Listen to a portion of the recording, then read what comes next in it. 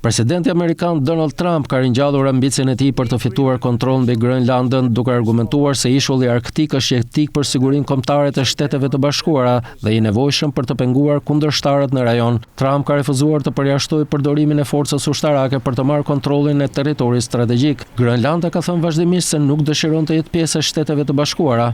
Udhëheqës nga fuqitë e mëdha europiane dhe kanadaja kanë shprehur mbështetje për territorin pranë Arktikut, duke thënë se ai përket popullit të saj. Por pse është aq e lakmuar Grönlanda? Tërheqja e akullit detar në Arktik, për të cilën shkencëtarët paralajmërojnë se do të ketë pasoja të rënda për klimën e tokës dhe mund të prishë rrymat oqeanike, i ka bërë rrugët e transportit përmes Arktikut më të thjeshta dhe ka hapur mundësi të reja për nxjerrjen e naftës dhe gazit. Sipas të dhënave nga Arctic Ship Traffic Data, numri i anijeve që operojnë në Arktik është rritur me 37% midis viteve 2013 dhe 2023. Pjesa më e madhe e Arktikut është ndarë midis zonave ekonomike ekskluzive, të cilat shtrihen jo më shumë se 200 milje detare nga ujërat territoriale të vendeve dhe ku ato kanë jurisdiksion mbi burimet natyrore. Rëndësi strategjike për sigurinë amerikane. Vendodhja strategjike e Grönlandës përgjatë rrugës më të shkurtër nga Europa në Amerikën e Veriut është jetike për sistemin amerikan të paralajmërimit të raketave balistike. Ushtria amerikane mban një prani të përhershme në bazën hapësinore Pitufik në veri perëndim të Grönlandës, nën komandën e forcave hapësinore të Shteteve të Bashkuara. Baza strejon sisteme radarësh, paralajmërimi të hershëm, që janë pjesë e misionit të mbrojtjes nga raketat Space Delta IV dhe është e vendosur strategjikisht përpara sistemit të paralajmërimit verior të NORAD, një linjë instalimesh radarësh të projektuara për të zbuluar lëshimet e raketave kundër Amerikës së Veriut që kalojnë Arktikun.